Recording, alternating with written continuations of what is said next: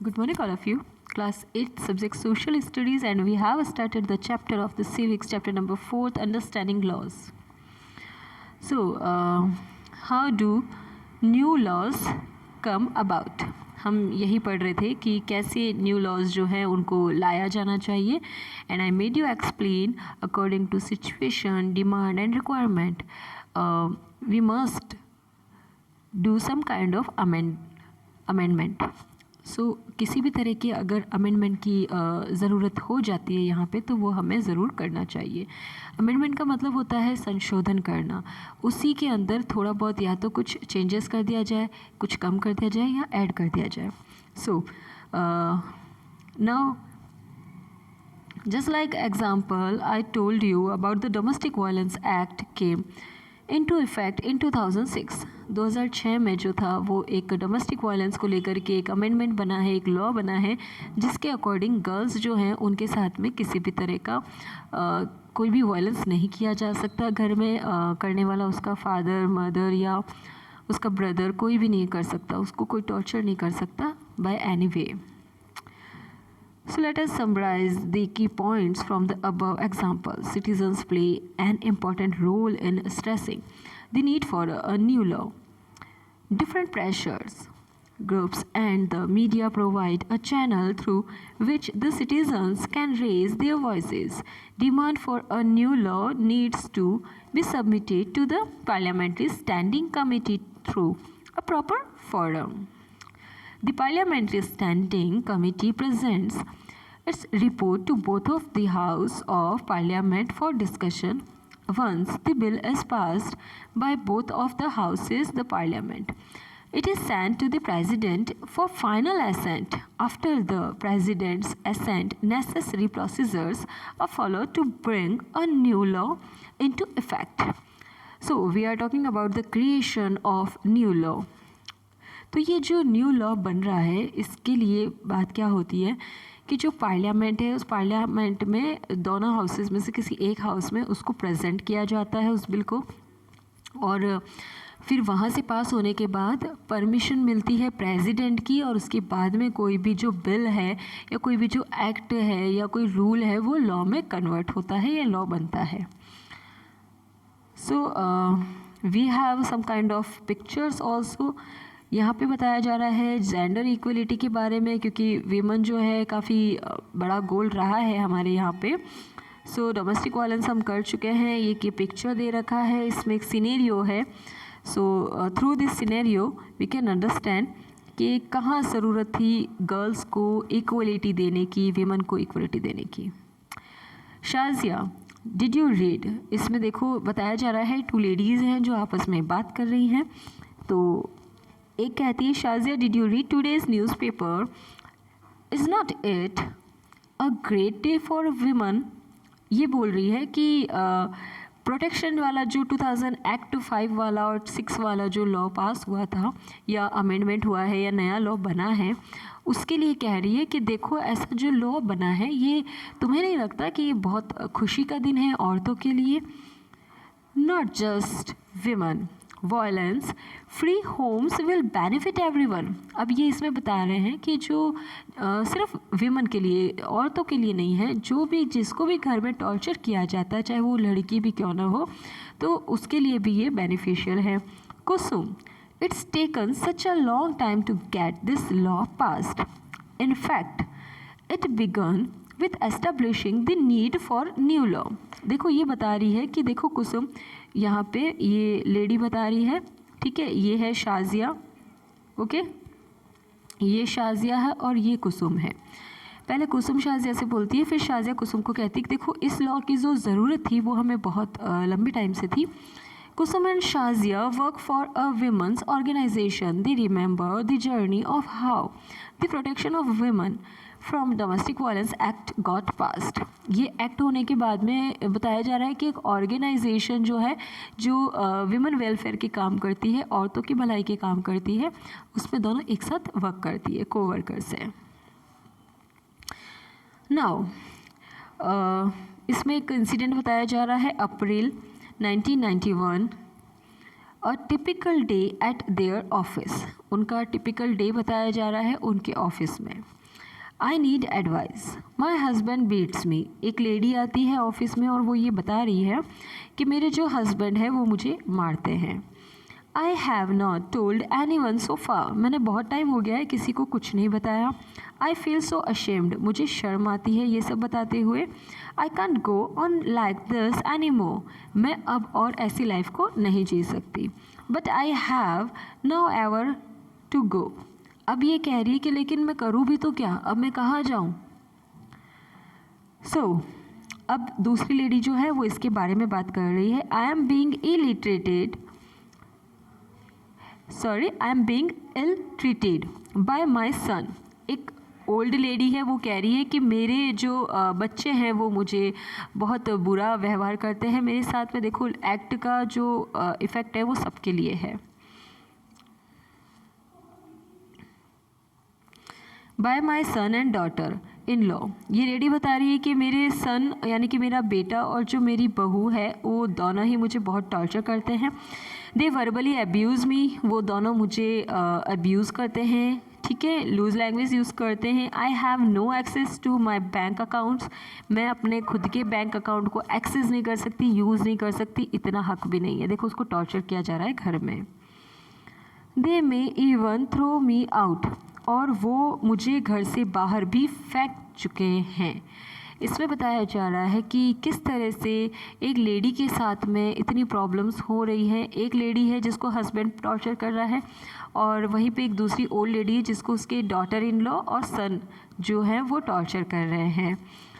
So now यहाँ पे बताया जा रहा है नेक्स्ट हम स्टोरी देख रहे हैं, यहाँ पे स्टोरी को कंटिन्यू कर रहे हैं। ये वाला पैरा है, I do not want to go the police, ये कह रही है कि मैं पुलिस नहीं जाना चाहती, जो वो लड़की थी ना जिसने अपने हस्बैंड का कहा था। I just want to stop the violence, वो बोल रही है कि मैं सिर्फ ये वायलेंस स्टॉप करना चाहती हूँ।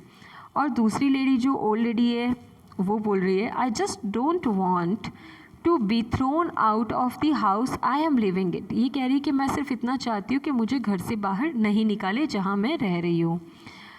अनफॉर्चुनेटली जो दूसरी लेडी है जो ऑर्गेनाइजेशन को चलाने का काम कर रही है वो बोलती है unfortunately the existing law is a criminal one and does not offer these options, ये कह रही है कि देखो ऐसी बात है कि ऐसा कोई भी लॉ नहीं है जो आपको बिना फाइट किए या बिना लड़े हुए आपके लिए कुछ अच्छा करने का सोच सके, ठीक है। तो आपको जो है एक ही ऑप्शन है कि जो भी क्रिमिनल है उसको माफ़ी नहीं दी जानी चाहिए, उसके अगेंस्ट कोई ना कोई एक्शन होना चाहिए। सो नाउ यहाँ पे इस पैरा में है हम throughout the 1990s the need for a new laws was raised in different forms. अब ये डिफरेंट फॉर्म्स हैं, यहाँ पे बताया जा रहा है कि बहुत सारे लॉज की ज़रूरत जो है वो ना। पब्लिक हियरिंग, ये देखो ये यहाँ पे लिखा हुआ है पब्लिक हियरिंग। पब्लिक हियरिंग का मतलब क्या होता है, देखो कई बार ऐसे कोर्ट भी होते हैं और आज के टाइम में तो देखो मोबाइल कोर्ट्स भी हो गए हैं जो जगह जगह पे लोगों की बात सुनने के लिए होते हैं। Now we have heard testimonies of several women. We have seen that women want protection against being beaten, the right to continue living in a shared household, and often temporary relief. We need a new civil law to address this issue. So now it's just saying about the laws which we can fight or against of the violence also. So now we can take a new paragraph also. In 1999, Lawyers Collective, a group of lawyers, law students and activists. So after nationwide consultations took the lead in drafting the Domestic Violence Prevention and Protection Bill. This draft bill was widely circulated. So it is all about the domestic violence and the new act. The definition of domestic violence should include physical, economical, sexual and verbal and emotional abuse. इसमें बताया जा रहा है कि definition क्या है exploitation की, torture की। उसमें देखो टॉर्चर की यहाँ पे आपको किसी भी तरह से अगर आपके साथ में इस तरह से बिहेव किया जा रहा है, लाइक अगर फिज़िकल टॉर्चर किया जा रहा है, आपको मारा जा रहा है या आपसे एक्स्ट्रा वर्क करवाया जा रहा है, या फिर इकोनॉमिकली है, आपको पैसे नहीं दिए जा रहे हैं, या फिर आपके पास अगर पैसे हैं उसको छीन लिया जाता है. These all are included in the torture. Okay, ये इकोनॉमिकल टॉर्चर होता है. एंड सेक्शुअल टॉर्चर, इसमें भी ये होता है कि आपको फिज़िकली अगर हार्म कर दिया जाए बॉडी में, ठीक है.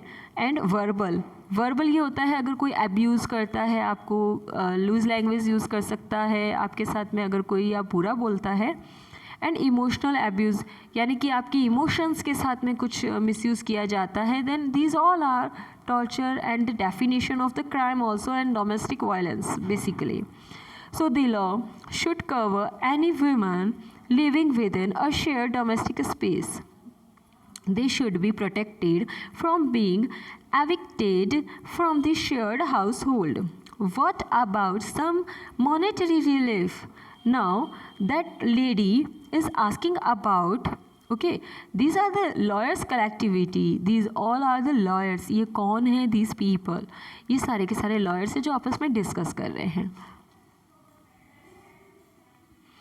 Okay, again we have another picture and came to the back again Kusum and Shazia in organizations. Let's start. So there is a meetings were held with the different organizations. Now ये जो शाजिया और कुसुम है वो अलग अलग लोगों के साथ में मीटिंग्स कर रही हैं. देखते हैं क्या होता है.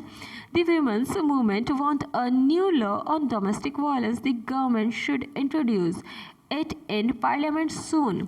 ऐसा है कि डोमेस्टिक वायलेंस को लेकर के जो ये प्रोसेस चला है, ये एक्ट हुआ था 2006. दैट वाज नॉट इजी, ठीक है. उसके लिए इन्होंने काफ़ी मेहनत की थी.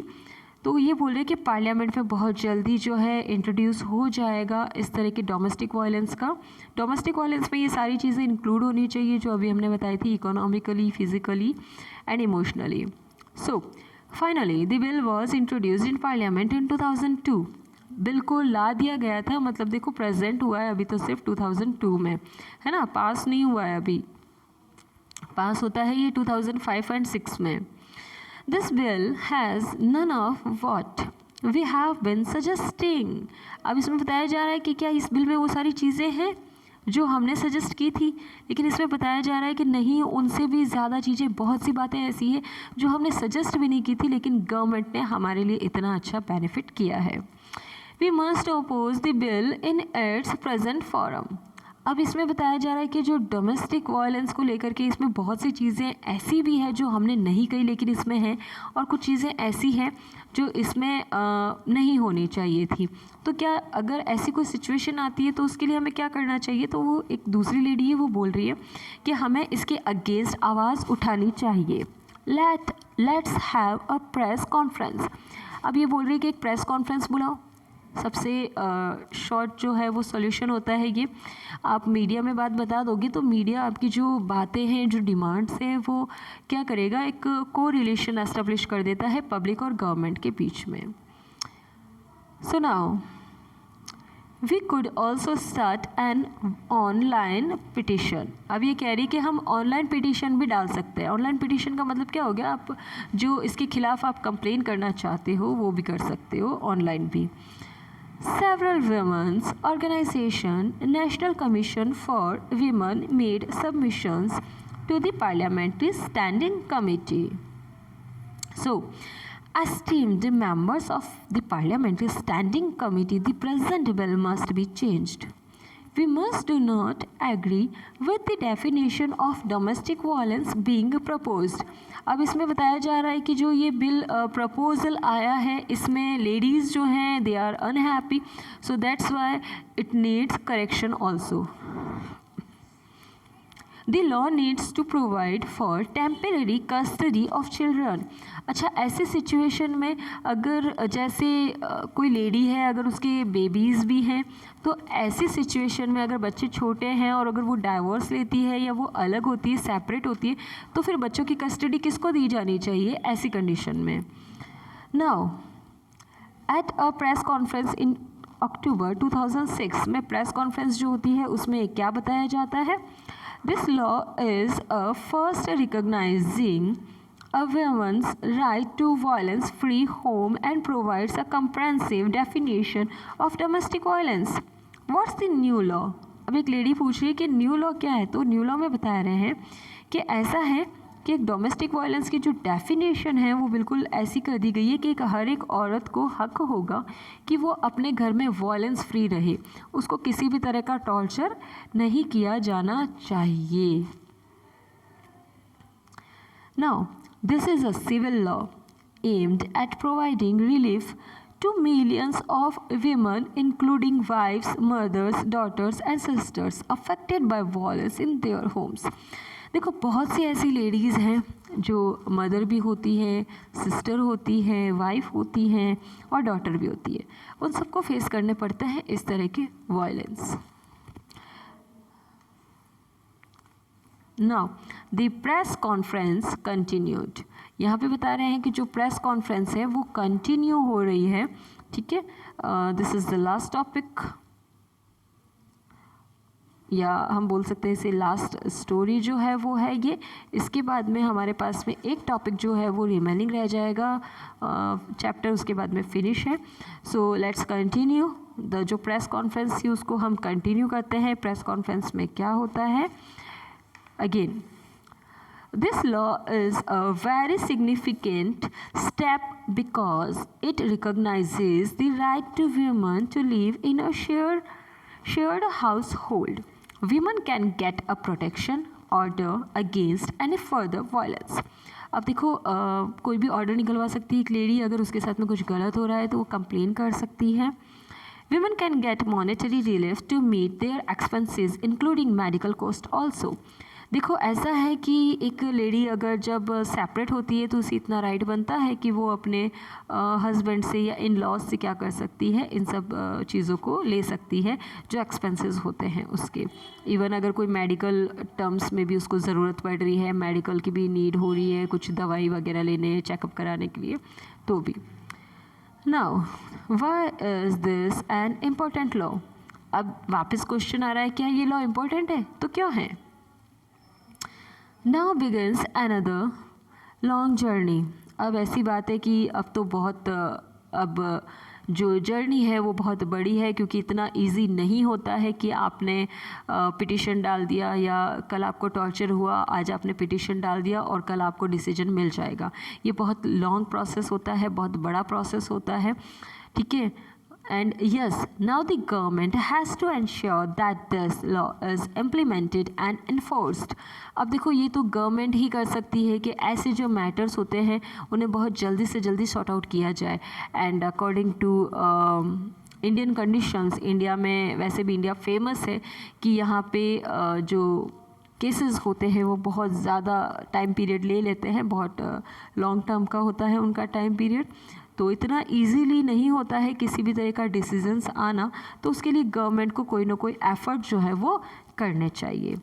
सो it is all about the today, and we will continue this chapter with a new topic that is unpopular and controversial laws. And the next video. Till then, take care of yourself and thank you for the watching.